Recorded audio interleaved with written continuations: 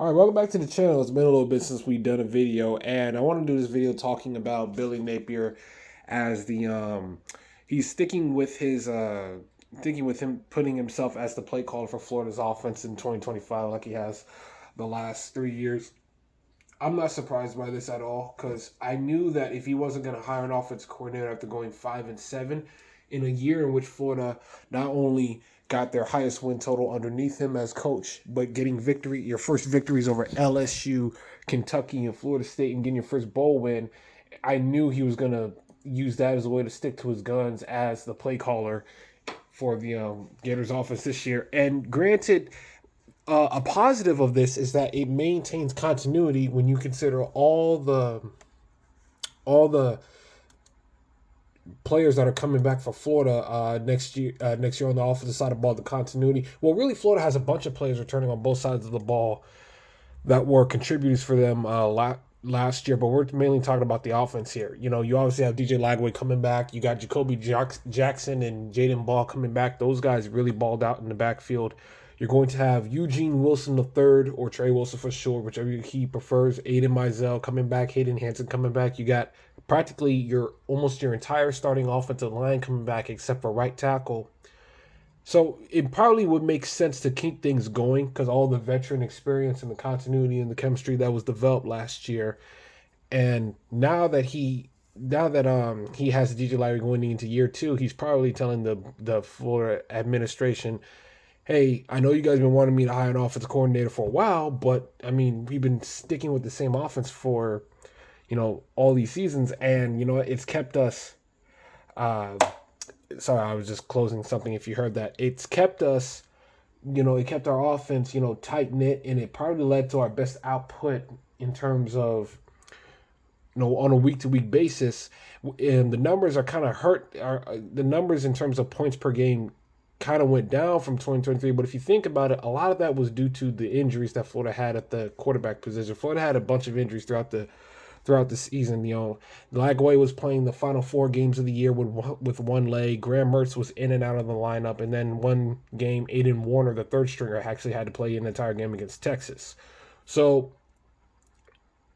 that was probably something that Napier probably used to defend himself sticking as the play caller. And well, I admire the fact that he's sticking with his guns because he even said, okay, I have this quote right here. This is by the Gainesville Sun talking about Napier staying as the play caller, written by Kevin Brockway of the Gainesville Sun. He said, "It's what got me here. It's the way it's how I became the head coach. It's what helped us make progress and win in the past. I'm confident it will do that in the future." Now, here's the thing. In terms of numbers and rankings, it probably does not show overall throughout the season because Florida's total offense was 12th in the SEC, and that's out of 16 teams, so that's not good. And nationally, throughout the entire country, they were ranked 66. They were just underneath 387, which isn't really that a lot, which is not really a lot in today's college football. Well, it's a lot, but it's more so middle of the pack. Florida also, showed, the promise that they had when DJ Lack was underneath the center, during the four-game win streak, and really just throughout the time when DJ Lack was in the lineup, you could just see the ceiling that the offense had underneath him, how much higher it was because now they have a guy that can attack the defense down the field and make some really big key deep ball throws. He did that a lot with Chimere Dike and Elijah Badger. You saw that every time DJ Lagway was in there. And here's what I was saying about the continuity order earlier. Continuity and system, I think, is really important. Not only, I think it helps develop players and other players, and certainly the quarterback position. Napier said, I think it's the most for the quarterback spot. So, but the problem is when you look at the rest of college football, you see examples of teams taking a step up because they were bold enough to make the offensive coordinator change. With Ohio State, they just won a national championship after hiring Chip Kelly to be their offensive coordinator, even though he was the head coach of a college football program. So Chip Kelly, understanding that, was willing to demote himself from head coach down to offensive coordinator just to have a chance to win a national championship. And not only did it work, but it also got him an offensive coordinator job in the NFL. And he's getting paid pretty big money. Chip Kelly was hired by the Las Vegas Raiders. So that's just an example of how hiring an offensive coordinator can lead to big changes for a program and can boost them into being a national contender.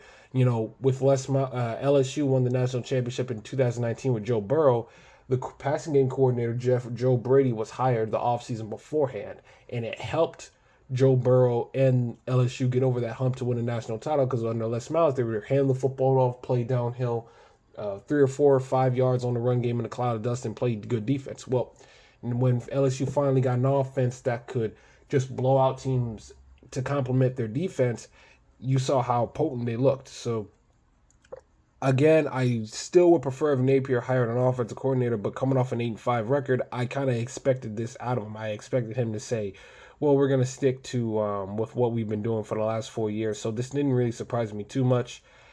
You know, we'll see how it it works out in 2025. He'll certainly have the players and the continuity and probably the support of the program of the administration, considering they gave him a vote of confidence when the team was 4-4 coming off the loss to the UGA.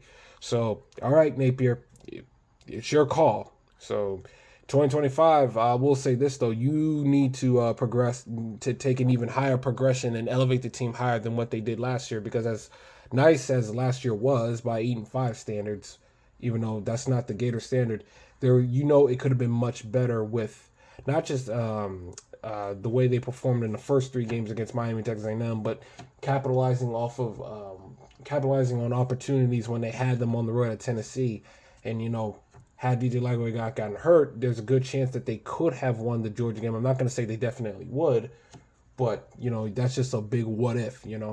So that's really it. Napier's going to stick with play calling in 2025. For his sake, I hope it works out.